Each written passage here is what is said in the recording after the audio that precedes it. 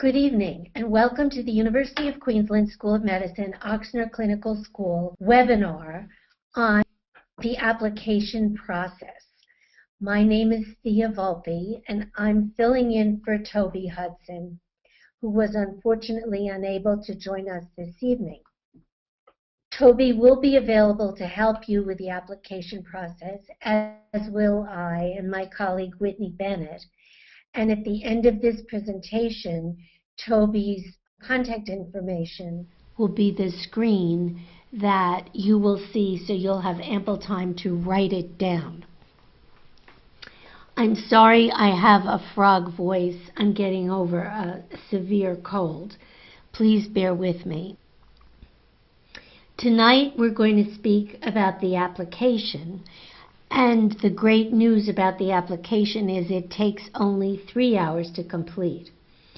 So it's nothing like the AMCAS application, if that's something some of you have filled out, which I know is a long and arduous process. The slide you see now is a slide of our 3 campuses. The top is the St. Lucia campus at the University of Queensland in the city of Brisbane. It's not in the central business district, but outside the city a bit. And that river is the Brisbane River. Using the ferry is a popular way of commuting to school. It's a large university with 36,000 people, and the campus has its own bus system and is recognizable to American students as being like any other large U.S. university. The middle picture shows the University of Queensland's Ipswich campus, which is located in Ipswich, about 45 minutes outside the central city of Brisbane itself. And that's in a small city of about 45,000. It's got a very suburban feel. The hospital for that campus is across the road, and that campus is a brand new campus. Ochsner students can choose between the Ipswich campus or the St. Lucia campus, and if that's something you want more information about, you certainly can speak to any one of us. We've each been to both campuses. The bottom slide is the slide of the Ochsner Health System, its main facility on Jefferson Highway. So you see Jefferson Highway on the left, and on the upper right you glimpse the Mississippi River. Before I talk about this slide, I should say that this is going to be a very nitty-gritty, line-by-line presentation about the application itself and the different documents that you need. We will have many opportunities to acquaint you more with the school and the curriculum. If you go to our homepage, you will see under our upcoming events that we're offering webinars with graduates. We're offering Meet the Dean sessions. We're going to have Meet the Graduate sessions in cities all over the United States. We're going to have open houses at Ochsner on July 27th and on October 12th. And you'll receive email invitations to each of these events, but you also can register for many of them now on our website. Upcoming events in the middle column is where to go for that. So the application timeline, a common question is there a deadline? And as of now, there is not. Admissions is rolling, and it's not like the U.S. where you can file an application in a rolling admission system, and many applications actually go into a hold category. And I say this having worked at NYU Medical School's admissions office. We took a whole chunk of applications. They were complete, but we just put them in a hold category. This system does not work like that. This is rolling admissions, and every file that's complete and forwarded by us in New York to the admissions department in Brisbane receives a decision in 6 to 8 weeks. As the class fills, we will be sending emails to those of you who are still in the process of completing the application, and we will let you know the class is filling in case you want to move up your time frame of completion. Since it is truly a rolling system, it's to your advantage to submit your application form now, even if you've not taken the MCAT yet or if you are going to be retaking it. And we'll talk more about the MCAT and the form. But it is truly rolling, and you will hear 6 to 8 weeks after you file the application. In terms of the admissions requirements, we're looking for a bachelor's degree, minimum, and or a master's degree earned within the last 10 years. We're looking for a B average, and the Australians grade on a 1 to 7 scale, and a B average translates to the U.S. grading system of a 2.67 minimum GPA overall.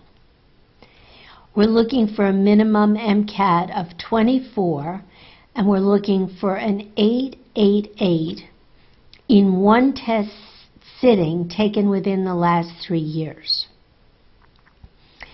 To be eligible to apply to UQ Oxnard, you have to be a U.S. citizen or permanent resident. If you're not, we'll be happy to advise you about applying to the 4-year UQ program. But to do the UQ Oxnard 2-2, you must be a U.S. citizen or permanent resident. As a U.S. citizen or permanent resident, if you are accepted and matriculate, you are available for U.S. federal financial aid if you would be eligible for that were you to attend medical school in the U.S. So your eligibility would be judged as though you were attending med school in the U.S. And you apply for that via the FAFSA form, which many of you may have used as undergraduates. We do ask that you submit official transcripts for all your attendance at college. Whether you went and took a summer course and it shows up on your BA transcript as transfer credit, we still want that separate transcript, just as MCAS did. If you attended community college and got transfer credit, even if you didn't get the associate's degree, we want the transcript from your community college. If you've begun a medical master's program or a master's program, you have not yet finished it, we want that transcript. If you are in a post-bac program or taking courses as a post-bac student, we want that transcript. If you're in the process of earning a master's degree, if your undergraduate GPA meets the 2.67 minimum, you can go ahead and apply now. Some of our students have finished their master's degrees before matriculating. Others have chosen to withdraw from their master's and take advantage of the opportunity of completing the master's after they've earned their medical degree. You're on the Australian academic calendar, which means you graduate in November, and some of the students finish their last semester of their master's in the spring term of their post-MBBS degree earning semester, and then begin their residency in July. We will inform you electronically of the decision on your application. That means we will send you an email that we receive from University of Queensland and we forward out to you. The documents we require are the application form, which we're going to look at in a few minutes, and the essays. Again, it takes only about 3 hours to fill out the application if you've filled out the AMCAS application and you've already written your personal statement. It will take slightly longer if you haven't done that. We need official transcripts, and they're all sent to us at 77 Water Street, the address on our website in New York. You can send them directly if you have them in sealed envelopes. Otherwise, have your registrar send them to us, and they can be sent electronically if that's the way your registrar is now dispersing transcripts. Your MCAT score must be taken since January 2011, And what you need to do to get us your MCAT is you need to log on to your own private MCAT score page, find the view that shows the verification code and your AMCAS ID number. You may either make a PDF of that and email that to applications@mededpath.org, or you may print that out and put it in an envelope and mail it to us with a stamp.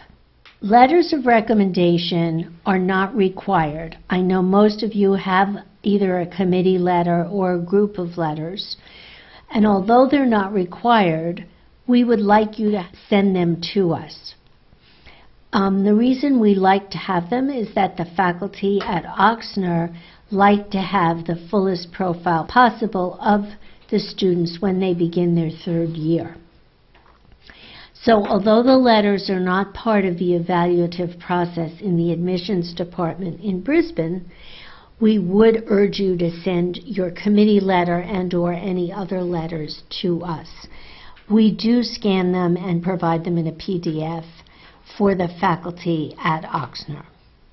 Likewise, we would like to have a CV or a resume from you. Again, the faculty are really eager to know as much about you as possible. And when I brought down the disc with this information on it to the white coat ceremony this year, the Dean of Students, whose job it is to get to know all the new students, his whole face lit up when he got all the information on the incoming third-year students. Send those when you want. Your application will go over to the admissions department as soon as we have the form itself, your transcripts, and your MCAT score. When we do receive these other items, we will also send you an email. You can't apply to UQ Ochsner through the AMCAS system because we're not an American school. And the other factor to note is that we don't require an application fee. If you apply to UQ Ochsner, no fee is required. Additionally, a difference between the AMCAS applications and the UQ Ochsner application is that nobody is interviewed. So it's not that they're not interviewing Ochsner students because they're in America and it's too far or too complicated to do a Skype. They don't interview any of their applicants, and that's their policy, so you're spared the interview. If you want to follow along looking at the application online as we move into looking at it together, you can go to our website, mededpath.org, and go to the /application_form.pdf, and you can follow along in a split screen. If you miss any of the details of the application, how to fill it out, what to do on line 22, just be sure to highlight or write a note about what you missed and be in touch with any one of us, and we're happy to help you straighten out whatever confusion you may have. If you complete the application form, one of the first things that people are given pause by is that it says International Student Application and then in big letters for undergraduate studies. In fact, this is the correct application. So even though you know you're applying to professional school and this says undergraduate studies, in the Australian system, the medical education that leads to the MBBS or the MD degree is an undergraduate program as opposed to a PhD program. Another common problem students encounter is translating the colloquialisms of Australian English and American English. So you should note that when the application asks you to tick, what they are really asking you in American English is to check which box applies to you. You should be aware that just because Australians speak English and you speak English, that there are differences in language usage. One of the first reports we got of this was from students in the first year class who were very shocked when a student asked in orientation if students were allowed to wear thongs to school. And there was this silence among the American students, and then someone leaned over and said, a thong in Australia is a flip-flop. So if you do matriculate with us and you do hear things that sound a little strange, make sure you ask them to translate exactly what it is that they mean. You have two options for filling out this application. You can fill it out on your computer and then print it on paper, or you may print it and fill it out neatly, please, in black ink. Make a photocopy of it for your files. Make sure you sign the form, date it, and then mail it to us at MedEdPath at 77 Water Street. Please use a mailing method that allows you to track the delivery of your application. Now we're looking at the application itself. You'll see in the upper right, there's a box, UQ Office Use Only, that you're lucky to just skip. There are instructions available, and we provide instructions on our website as well, where it says your application must include a non-refundable fee of $100. You do not have to send the $100. There is no fee. In item number 1, they ask you for your family name, your given name, your order of names. What they want there is your names exactly as they appear on your passport. And for those of you who don't have a passport yet, if you are applying, you should begin thinking about applying for a passport as well. The reason they want your exact names and the exact order of your names is that they use this document to generate your student information record, the same kind of record you had as an undergraduate. So your family name is your last name. Your given name is your first and middle names if you want to use your middle name. And then they want your order of your names. So when they ask for that, they're asking for you to put your first name first, then your middle name, then your last name. Now, if your name is Robert and you go by Bobby, do not put Bobby on this application because you will be created in SIS as Bobby, and it will be a problem. If you move down, they ask for your date of birth. So people say, well, why is that so difficult? The Australians do switch the order of date and month. So when they ask for your birth date, if your birth date was June 8th, 1984, you're used to writing 6/8/84 or 6/8/1984. And what they're looking for is the date first and the month second. So June 8th, 1984 would be written in their system 08 for the day in June, 06 to indicate the month is June, and 1984 to indicate the year. So when you're filling out forms in Australia, you have to be sure to make sure you give them the birth date in the order that they require it. And then they ask you for your gender, and they ask you for your citizenship. I should add that entering your birth date incorrectly can delay your application, so please do double check that and follow that little pale DDMMYYY. They ask you for your country of current residence.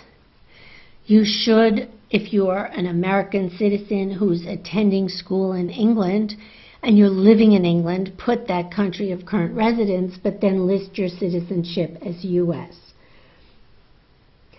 This UQ Ochsner 2-2 program is only open to U.S. citizens and permanent residents.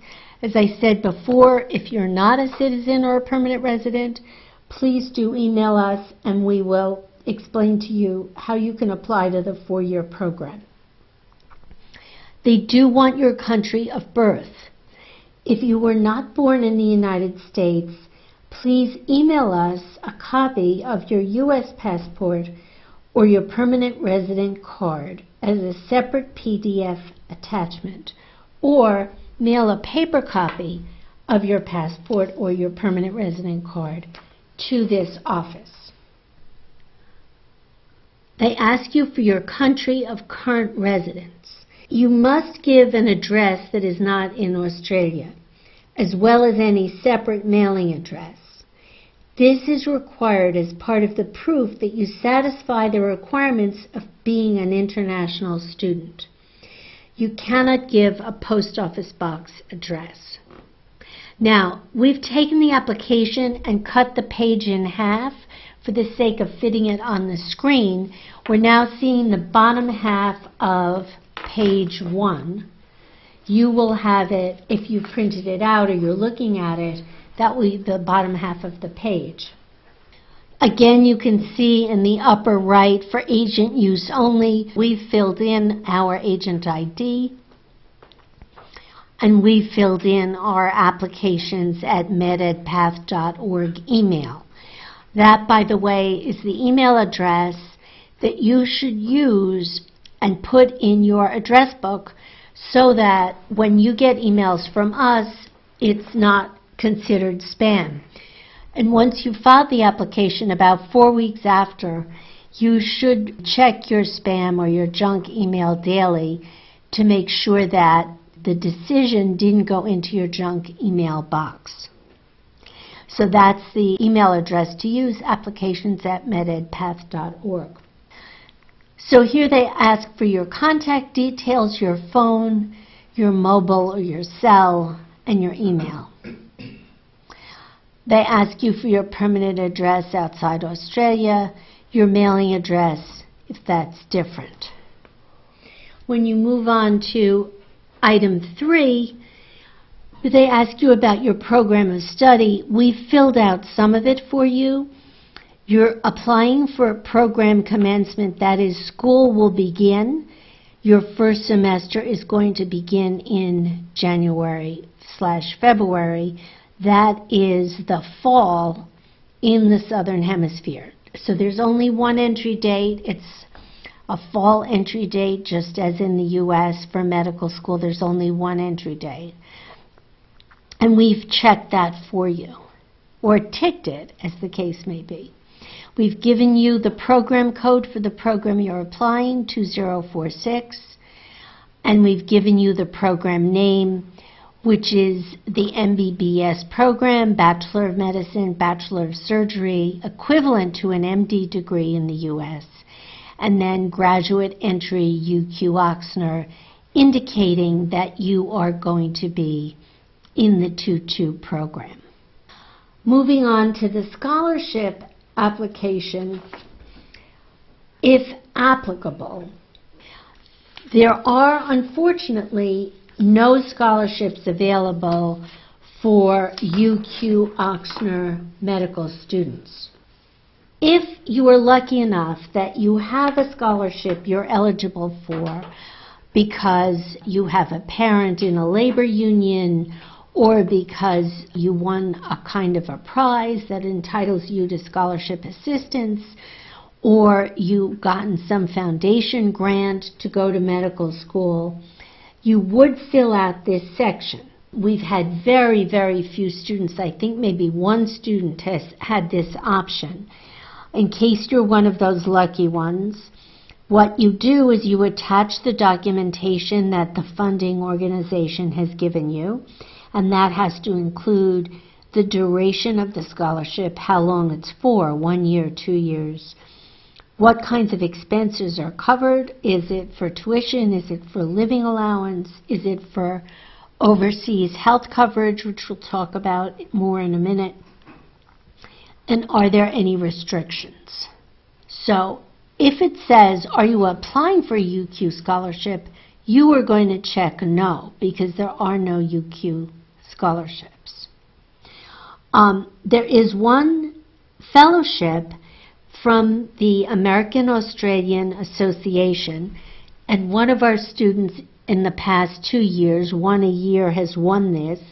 This is a research scholarship that funds you for almost the full cost of your first year of school. In return, you have to be willing to do intensive research. You have to have a fairly intensive research background to be a candidate. If you would like to learn more about this, you can go to the website of the American Australian Organization, and if you can't find it, we'll email you the link. The deadline to apply for that is October 15th of this year to be eligible to have it for the January start. Now we're on Section 5, English Proficiency, another place where our students are sometimes tripped up. Is English your first language? The whole section really for our students is, as my colleague told me this evening, a non-issue, in that you have a bachelor's degree from an American school and you have a verbal score of 8, so they know that your English is sufficient to study medicine in Australia. Some of you, however, may not have English as a first language. If English is your first language, check yes and move on to Section 6. If English is not your first language, you're certainly welcome to check no, but you do not have to take any testing. You do not have to take the TOEFL or its Australian equivalent, the IELTS. Just go on to Section 6. Section 6 is asking for the university to be aware of any disabilities you may have. If you do have a disability, we do urge you to contact the disabilities office. They give you the email and explain what services you think you'll need. As I said, this is a huge university, virtually identical to a U.S. university, and there's a disabilities office there who will help you with any accommodations that you require. In terms of your academic qualifications and experience, this section is looking for you to enter not your individual courses, which add up to a bachelor's degree or a master's degree here, but in their parlance, your course of study. So what they're looking for is what degree were you studying for or granted. So if you're earning a bachelor's degree and you have not yet graduated, you would put course award BA or BS on the first line. Under institution, you would put the name of your university. You could put New York University or University of Michigan, whatever school it is you went to or you're attending. Then you put the country the school is in, be US. You put the year you started there and the year you completed the degree. Then they say, are you currently studying? So let's assume you have your bachelor's degree and you're currently studying for a master's. In that case, you would say, yes, you're currently studying. You would put course award master's, your institution, let's say Georgetown, your country, US, the date your results are expected. That means the date you expect to graduate. Then they ask, do you wish to claim credit or exemptions on the basis of your previous tertiary study? And the answer is no, because they're asking, are you looking for transfer credit to medical school? And no one gets transfer credit for medical school. So you have to answer no. The next question, would you prefer an offer even if the credit or exemption assessment has not yet been completed? You should check yes. What they're asking there is, would you like a conditional offer of admission if you're applying now, you haven't gotten your bachelor's degree and you won't get it until June 1st, but you'd like to have your answer before then? That would allow you to have a conditional offer of admission. You should be aware that conditional offers of admission do not guarantee a seat. You cannot send a deposit to hold your seat until you've reached the end of your degree, earned your degree, sent the transcript to us in New York, and then they will change, when they get it, your conditional offer, assuming you've completed your work successfully, to an unconditional offer, and at that point you may then send in your deposit and hold your seat. Then we move on to overseas student health coverage. Now, there's lots of acronyms in the Australian educational system. The OSHC, Overseas Student Health Cover, is their lingo for health insurance. You cannot be a medical student unless you have comprehensive health insurance. This again proves to be problematic for some students whose families have very, very extensive health insurance coverage and whose companies offer coverage that covers students who are under 28 or 26 years of age, even when they travel abroad. That is not sufficient coverage for you to go to medical school in Australia. And no one who has pursued that as an option to avoid paying for the overseas health coverage the government requires has had that approved. So our advice to you is not to try to pursue that, only because it's really, as far as we can tell, not going to happen. You have choices about your coverage. You can ask the University of Queensland to arrange. If you want to do that, you check that first box. Yes, I would like UQ to arrange. And then you'll have to check, do you want a single rate only for you, or are you bringing dependents with you, in which case you have to get the family coverage. If you check no, I will make my own arrangements, please understand that what that means is you have to use one of the 3 or 4 Australian government-approved health services.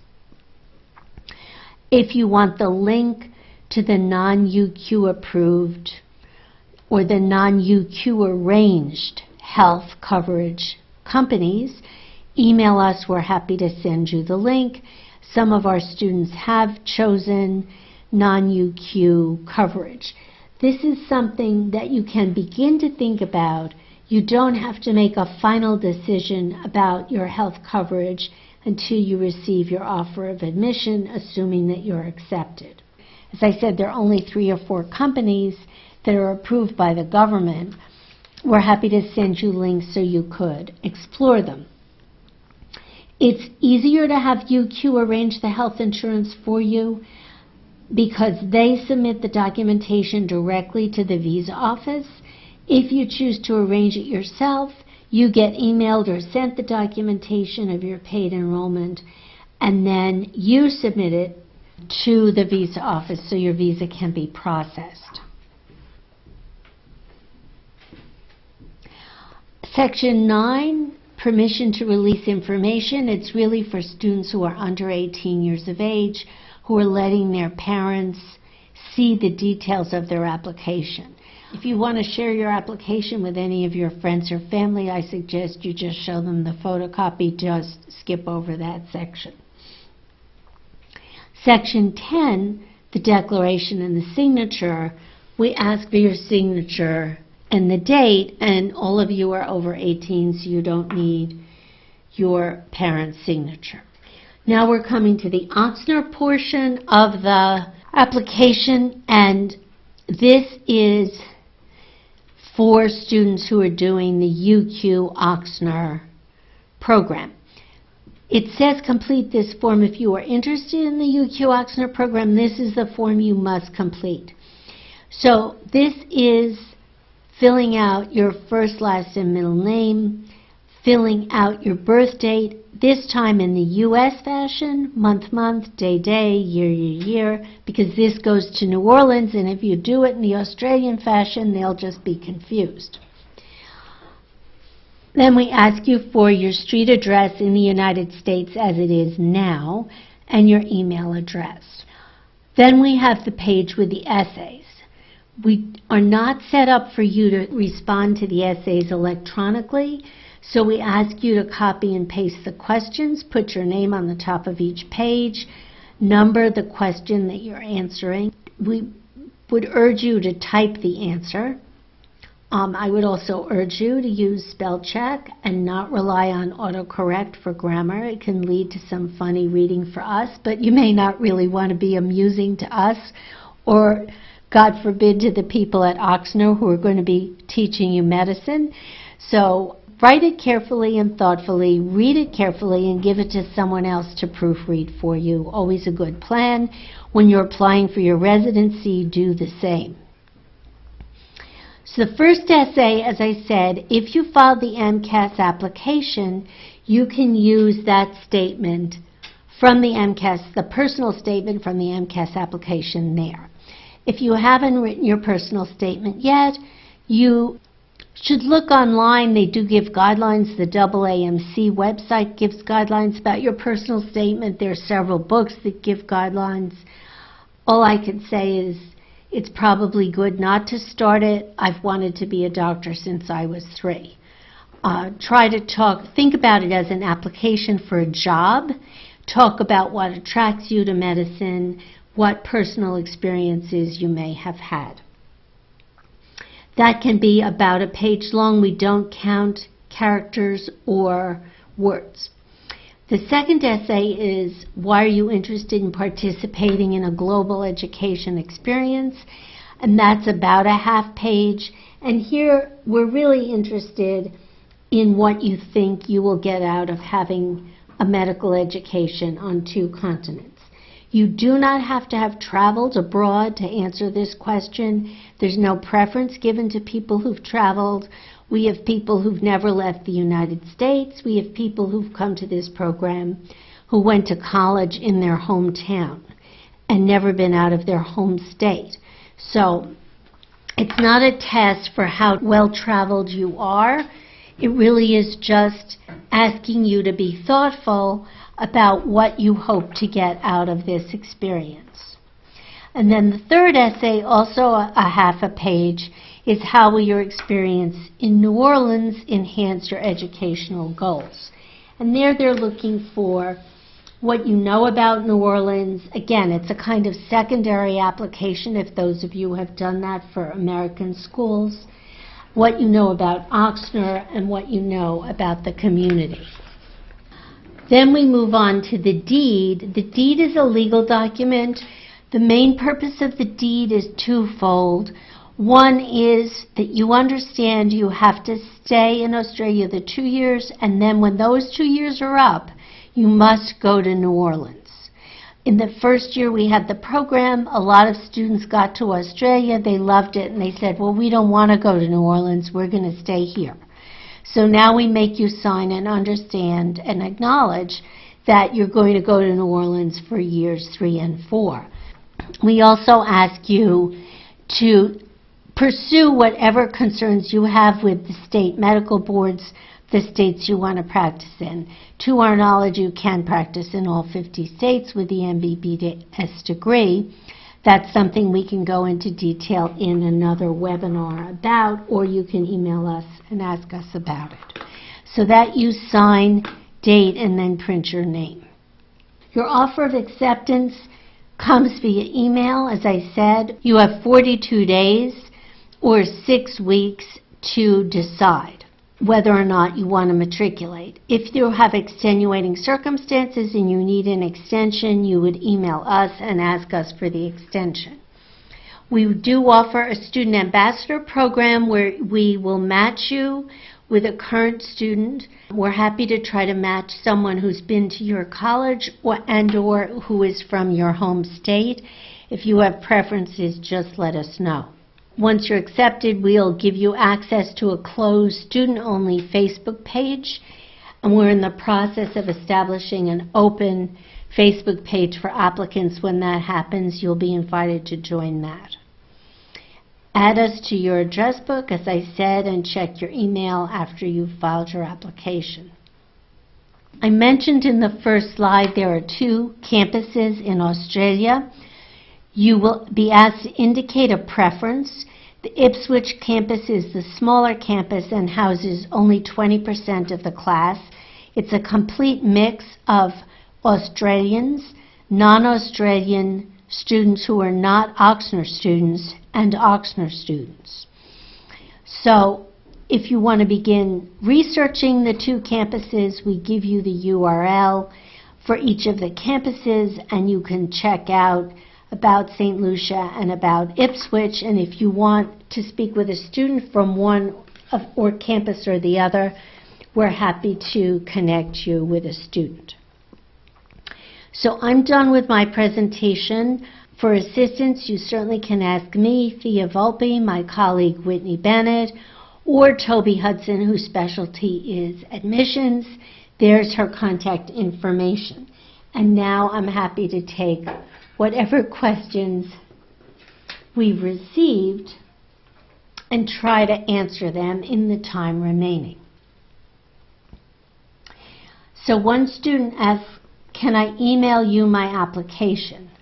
And the answer to that is you may not. We do want the paper application that has been filled out, signed by you, and then we make a PDF and keep the original. But you may not email the application or the essays. The only thing you can email yourself in the PDF is the MCAT page showing your scores with the MCAS ID and the verification number. Another student asks, should I send my transcripts to UQ or the New York office at 77 Water Street? I added the address, they didn't. You must send all the transcripts here. So when you fill out the form, you make the request online or in person of the registrar, have all the transcripts sent to MedEdPath, 77 Water. The address is right there under Toby's name. And you will get an email from applications at MedEdPath telling you we got your transcript from Hudson County Community College. We got your transcript from Caltech. So you'll get an acknowledgement of each item that comes. Another student wonders, as a U.S. citizen who's getting a bachelor's degree in England, would they still meet the requirements? You can get your bachelor's degree from any school in the world. You do not have to get it from a U.S. school. But you do have to meet the other admissions requirements and be a U.S. citizen and/or a U.S. permanent resident. Someone wonders if it's possible, if you have a total MCAT of 30, but you only have a 6 in the verbal, can you still be considered for the program?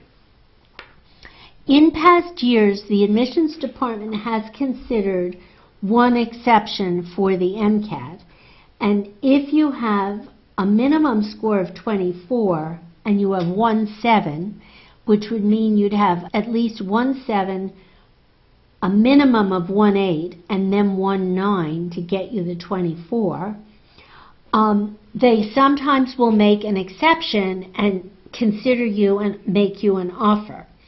But if you have a 6, you would have to retake it.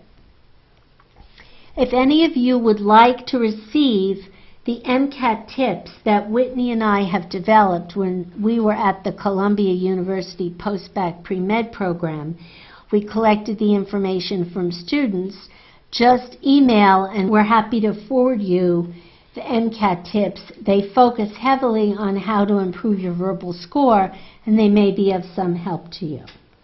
Another student says, how much do you weigh the GPA? If my undergrad GPA is on the lower side and I'm in a post-bac program, will those grades be taken into account? Now, this is a great question. As I said, I directed the Columbia University post-bac program, so I understand how that works in the States very well. It does not work the same in Australia, so that if your undergrad GPA is below the cutoff of 2.67, but you have all A's in your post-bac courses, we will not recalculate your average. we take the average that the registrar puts on your transcript the day the degree is awarded. So if you have an undergraduate GPA below 2.67, post-bac courses will not be factored into your average. The only way you could be considered would be to earn a master's degree and meet that 2.67 cutoff. Another student is asking if they can apply now if they're taking the MCATs in the summer. Yes, that's an excellent thing to do. Send us your application, send us all of your transcripts, and that way when you get your MCAT, as soon as you get your score, you can email us the PDF, and by the next day we can send the application over to Australia for consideration. Another student asks, I'm graduating from nursing school. Are there any other courses I will need to take? Physics or calculus? Courses I haven't taken. The way the Australian system works is that if you meet the 2.67, they don't care if you taught yourself organic chemistry. They don't care if you took Physics 1 and got a C-. You do not have to meet minimum grades in any set of required courses. You do have to produce the overall 2.67 at the time your degree is awarded, and you do have to produce the 24 in the MCAT. Another student wonders, they're in graduate school now, but won't earn the master's till the end of summer. Should I send my application in now, and should I send my transcripts in now? If you have a bachelor's degree within the last 10 years, and you have the 2.67, you should definitely send in your application and your transcripts now, because you will be allowed to have a complete review of your application based on your undergraduate degree. Some students, as I said in the beginning of the presentation, take a leave from their graduate program and then hope to return to it in the semester between their graduation from medical school and their beginning of their residency. Others choose to stay and finish their master's program. Others choose just to leave the master's program and not complete it. But you do not need to earn your current master's degree in order to either apply or be accepted. Another student says, oh, it says on your website letters of recommendation are not required but can be sent. Will you tell us if the letters are favorably viewed or not really? Because the letters are not required to be sent to the admissions department, it isn't that they're favorably or not favorably viewed. No suspicion is given even by the people at Ochsner if you don't send your recommendations in. They just would like to have letters, if you have them, to get to know you better. Another student says, if I attended more than one university for undergraduate, do I need to write them all down on the application? I would say yes, because it will make it easier for our application manager to track which transcripts to expect. We don't know you're complete until we see every school you've attended. Another student asks, is it too late to apply for this cycle? No, it's not late at all.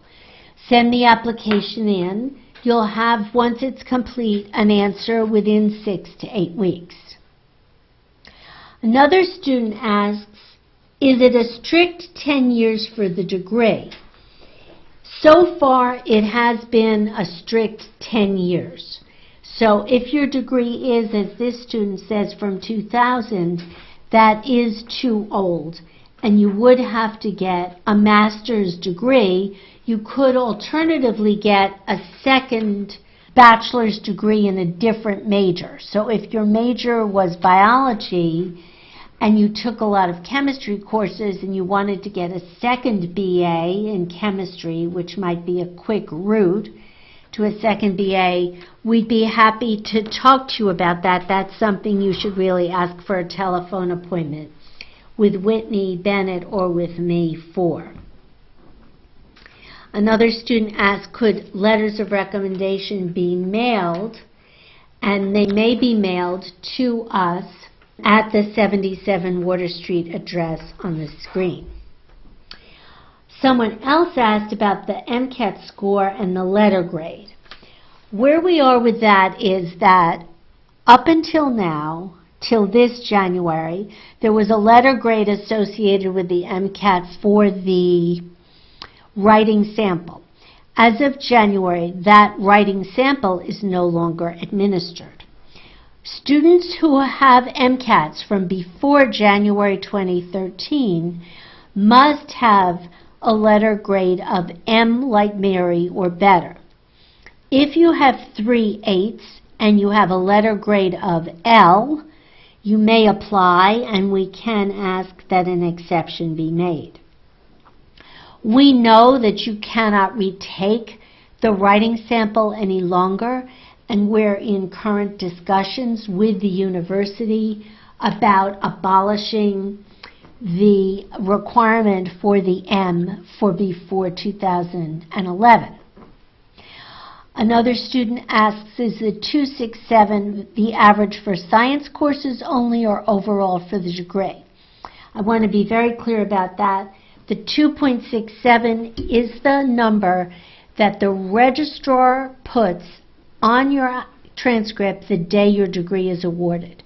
Whatever your cumulative average is, the day the degree is awarded is the average that we look at. Someone asked if they can defer to 2015. There is no real deferral. You may file the whole application now, if you like. If you're given an offer and you don't want to go because you'd like to go in 2015, you can decline your offer. But you will have to file the application again, at least the page 1 again, in a year's time. They do not hold places and defer. Some students do that, but it may be easier for you to wait and apply for 2015 if you're really sure that that's when you want to begin. The last question I'll have time for in this presentation, and as I said, Toby, Whitney, and I will answer questions online and via email and via telephone until you're comfortable that your application is complete. The last question for this evening is, I'm graduating in December. Is it possible to start in January? We certainly will make every effort to get you a decision in time. That's a special set of directions. And you could email me at tvolpe, V like Victor, O-L, P like Peter, E, at mededpath.org. And I'll be happy to send you the information in email, and then after you have it, go over it with you in a telephone conversation. Well, I feel like I've stuffed the Christmas goose with all this information I've laid into you. I know it's a lot to absorb. Please feel free to contact us for any help and assistance. Remember, you will finish with the application in about 3 hours if your essay's done.